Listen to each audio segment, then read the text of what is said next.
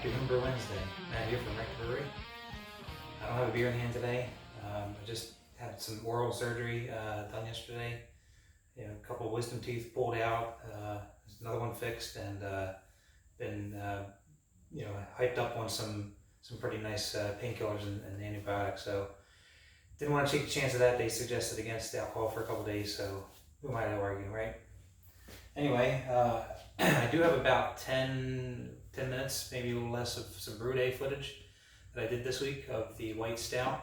So I'm just going to belt through my other updates. I got a bunch of stuff going on here in the brewery lately, some new toys and some fixes here and there. Let's just go through a couple things real quick. The Red Pilsner, it's off camera. Doing a fast lagering with that one, so it was fermenting at 50 degrees until it reached about half attenuation. I raised it up to 65. It's been sitting at 65 for about 3-4 days. It's not fully fully fermented out yet. It was 10:18 when I checked it earlier today. So I decided to bump it up again to 70 to get it to kind of push it along, because it should have been done by now. And I'll check it again tomorrow and see if it's finished out. It's supposed to get close to 10:11. So I'd like to get a few more points out of it if I can. 10:18 is still a bit sweet. So White Stout brew day went good. I got some. Really need to get a table. So I got everything kind of piled on the brew stand. The White Stout went really well. I can share with anybody the recipe that's interested, but I've seen folks doing White Stouts lately, so over the last year. So I wanted to try my hand at one. OG ended up being 1052, so it's not going to be a really strong beer. Everything went pretty well. I mashed it at 155, 154, 155. I did forget to mash out. New system, just, I don't know, slipped my mind. Didn't have any major issues otherwise. Probably should have gotten a few more gravity points out of it, but I'm pretty convinced that that's probably a reason why I didn't. Sorry, we're just going to belt through these because I don't want to have a crazy video. My dad makes the labels for the beer. So this is for the watermelon wheat. He just mailed them to me. I just got them today, and they came out all right. So the watermelon wheat is bottled. It's been in the bottles for about a week. So I went and slapped the labels on there, and then pretty soon start handing it out to friends and family that have been looking forward to it. So I know a lot of folks are looking forward to this one. They always do every year that I make it. So I plan on getting that one out. Next up, I bought the Bouncer. Thanks to Josh Hoover for an excellent review on YouTube. If you haven't seen it, I'll try to put the link below. This is the classic model. He did a thorough review on this. I'm looking forward to trying this. I've seen a few people using it. I know SJ uses it, and I've seen a couple other of you BrewTubers doing this. And I've been on the fence about it for a while. I just sort of was like, well, my process has been pretty good, but I think I'm going to try this out on the Red Pilsner to see if it gets things a little bit more clean. So I'm looking forward to that. Inkbird has sent me another toy to review. This is a wireless indoor and outdoor thermometer and hydrometer. So I guess the idea with this, it's Wi-Fi too. So I guess the idea with this is with the Wi-Fi, it probably will read what's going on outside and compare it to what you're getting inside. So I'll do a review on this and more come on that. But this is kind of interesting. Another quality product, I'm sure, from Inkbird. Looking forward to trying that out. This is the Bowie bottler. I think I've shown you guys this before. Basically, this stainless steel adapter goes into the tap, my Perlick taps, and it allows me to bottle straight from it. So this goes into the bottle here with the stopper to keep the air from getting in. Well, the O-rings on it have broken over time, and I've just kind of made them work for a while. And I was trying to figure out what sizes these were, but I found out that they're number 9 and number 10 from McMaster Carb. So I went ahead and ordered a couple of bags of these. So I should be good for a while now. I got 25 of each of these. I also bought other types of O-rings. So I think there was one I bought that was like an oil resistant one, and one that was like a standard. I didn't know which kind I needed. These look to be very similar to the ones that were on there, and I knew that they needed to be replaced because when I took the old ones off that were still attached, they broke. So yeah, they had no give left in them. But just to give you guys a close-up look at that. So there's basically the number 10 is on the top, the number 9 is on the bottom. gives a good seal. And now with the new O-rings, we should be in good shape. The last thing I wanted to talk about I have here, I never thought too much about it with my water in the past. When I started getting the water, when I used the water filter, I just assumed that was kind of getting everything out. But then I did some research a few brews ago and realized that, well, it might be getting the chlorine out, but it's not necessarily getting the chloramines out, unless you run it really slow, which I don't. So I've been using these Camden tablets on the last few brews before, and they're nothing. They're just little pills, real small pills, and you're supposed to put, I guess it's half a tablet for a 5-gallon amount of water. So in the HLT, I might take a full tablet and I have to crush it up and throw it in there. But the issue with doing that is it doesn't always get all of it dissolved, quickly, or maybe some of it at all. You see like little chunks kind of floating around there. So I decided to just go out and buy a pound of the powder stuff version of it. Now the difference between this and that, this one is the sodium metabisulfate. So basically, it's not a lot, but you're adding a little bit of salt to your water. This, however, is the potassium, and can't really go wrong with adding a little bit of potassium. So this is potassium metabisulfate. A quarter teaspoon of this is supposed to add 50 parts per million for a 5-gallon amount of water. So in my HLT, when I did it on brew day, which you'll see, I think it's like 13 gallons in there or so. So I think I put like a half a teaspoon in, which should have treated all of it, if not most of that. So we should be good to go. But that's really it. Oh, and another quick thing is in my homebrew club, there's they're doing a fantasy draft. I think I might have spoken about this before. We're really looking forward to it. I'll give you guys a little bit more information as the date gets closer, but I think it's 2 weeks from now. We're supposed to go into the draft. I'm round 5, pick 5 for the first round, and we have different categories where you have to put in some our votes for what we want, and so you get to choose one base grain, it's one specialty malt, 2 hops, an adjunct, a yeast. So you basically, when it's your turn to draft or pick, you pick one of those items that you want out of each category, and as you go along, and you're basically tailoring your beer based on your selections. So I have a few beers that I have in mind, and depending on how the draft goes, I'll know what style I'm brewing. But I think for my first round, I think I'm gonna go for the base grain first, and then my second round, I might go for the yeast second. And I can kind of fill the rest in after that, because that'll really tell me what style beer I'm going to be going after. So more to come on that as that date gets closer. It's like mid-September. So it's a fun competition within just the brew club. So really looking forward to that. I'm equally looking forward to the SJ Port Challenge. I'm supposed to be getting my beers, I guess, this week, or maybe early next week. So that'll be awesome to start reviewing some of those awesome beers out there and seeing what the rest of the community has to offer. So anyway, without further ado, I'm going to show you some brew day footage here, and have a happy Homebrew Wednesday, everybody. Next week I'll have a beer in my hand. Cheers.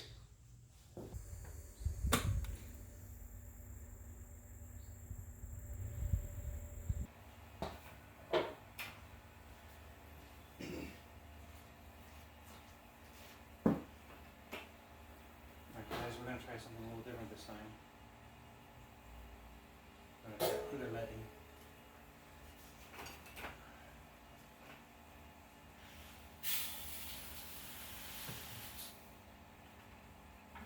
So put all the greens in there ahead of time.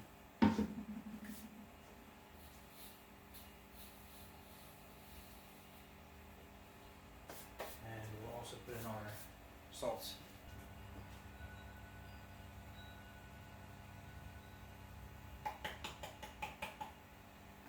Okay, so we are underletting. We need to bring this down to that clip, which is a little over 5 1/4 gallons to mash in with. It's 5.3. You can see the water starting to come up around the grains. And we had the temperature set at 165, just to account for grain temperature and the temperature loss. Now it's just a matter of stirring it up. But as you can see, no dough balls, and it's very nice. Alright, show you guys quick here. So we got the recirculation going now, after the mash has been all nice and mixed in. So we did lose a little bit of temperature there, but that's okay. We were trying to mash in at, I was going to go for 155, but I think I'm going to aim for 153 or 154. I do want it on the higher side because it is supposed to be a quote-unquote stout. It's a white stout. So yeah, this is going to sort of normalize here over the next couple of minutes. I got the hot liquor tank set to 154. I'll probably bump this up here to 155 just to make up the difference. So we're at 152 in the mash right now, and I'd like to be around the 154, 155 range. 153 is okay even. You know, like I said, this is supposed to be a stout, so I do want it to be a little bit more full body. So yeah, we'll see how that turns out. And one thing I've learned here with this, with these riptide pumps, I don't know if you can see that. Looks like the phone's clouding up a little bit, but it's nice and clear coming out of there now. But just like the last time, I've been playing with these valves here. These riptides are pretty strong, so I only got the valve open about halfway, maybe a little less than halfway. I did the same on the hot liquor tank as well, because same thing with this here. It's you know, it's recirculating at a nice rate. I don't need it to be full bore, and they're pretty strong when it's at full bore. So yeah, I'm gonna do this time around. Alright, so we're at 5.2, and I did want it to be a little bit higher than that, so I added a little bit of pickling lime. We'll see what that does for us. So I just wanted to show you that we are right on target. I did want to bring it up to 5.3. You know, this beer doesn't have all those roasty malts in it. So, you know, I did want it a little bit higher than 5.2 because we are doing a stout, and there is some, you know, some crystal in there, there's some flake barley in there and things. So, you know, it's all an experiment. What I found what's interesting though is, you know, I started off at 5.10. I added half a teaspoon of pickling lime, which got me to 5.2. And then I did it again, another half of a teaspoon of pickling lime that got me to 5.3. So, at least in this range, half teaspoon gets me 0.1 in addition. So that's really, really predictable. I'm assuming at some point it's either going to be more or less effective, but at least in the 5.1, 5.2 range, that'll get me there. So it did take some time to cool that wort down. So, but anyway, we're right where we want to be here. You know, I have it set to 155. We're mashing in at 154, which is right where I wanted to be. Got the wort coming into the boil kettle real slow. It's not quite over the element yet, so we can't kick on the power. We got our clips set up to where we want to be. So, yeah, right about there. That's where we want to be for this level here. We're about an inch over the grain bed, which is right where we want to be. And then we have the clip set here for how much we need to come down. So right now we're at, what are we at? We're at 11.5 here. We want to get down to 6.5. Alright guys, we are over the element, so it's pretty safe to go ahead and turn on this element here. I got it set to 200. We want to bring it up to 200. We don't want it to boil yet until we're fully at volume. So we're going to get it up to 200, keep it there until we're at full volume. Okay, guys, well that worked out really well, timing wise. We needed a pre-boil volume of 8.5 gallons, and as soon as we hit that, we hit 200. So that worked out real nice. So let's go ahead and set this to manual mode. We're going to go to manual, and we're going to set it to, let's see here, I'm going to go 100% just to get it going. 100% manual mode. And this time we're going to keep a closer eye on this. And once it starts to get close to the 205, 206 range, I need to keep an eye on it. We're at 206. And we're just about there to a boil. So here very shortly, I'm going to turn this sucker down. Yep, so yeah, 207 seems to be the magic number. So we're good there. I'm going to go ahead and I'm going to turn this down now. And the last time I did this, 60% was pretty good. So we're going to roll with that. Alright, 60%. Still manual mode. We're at 60% duty cycle then. Alright, we got a decent boil there. I wouldn't mind if it was a little harder than that, but that's okay. So what we're going to do is we're going to go ahead and call this 60 minutes. Put the alarm on for later. And we're going to add in our bittering hops, which is 1.5 ounces of Challenger. Boom. Alright, 15 minutes left in the boil. Let's go ahead and add in the rest here. We have 1 ounce of Cascade and 1/2 ounce of Centennial. We also have a little bit of yeast nutrient in here and the Whirlpool tablet. So, Whirlpool tablet, if I can get it, come on. We're just going to put that straight in and the rest will go in here.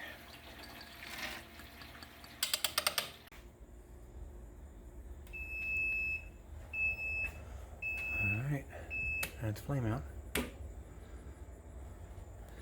Now I'll go ahead and set up the hoses for the Whirlpool. Okay, so we are now whirlpooling. I'm going to do whirlpool 15 minutes. We're going in there at 197, so we're well within the range of keeping things all sanitary. So we've started a nice little whirlpool there. I got it going at probably about half speed because I could crank that up. That seems to be doing all right. This pump is real nice and strong, so I don't always have to go full bore, which is cool. But yeah, I haven't turned the water on yet, and there you go. Just got done oxygenating the wort, so got our yeast starter here. WLP 005 British Ale. That's what we're going for this time.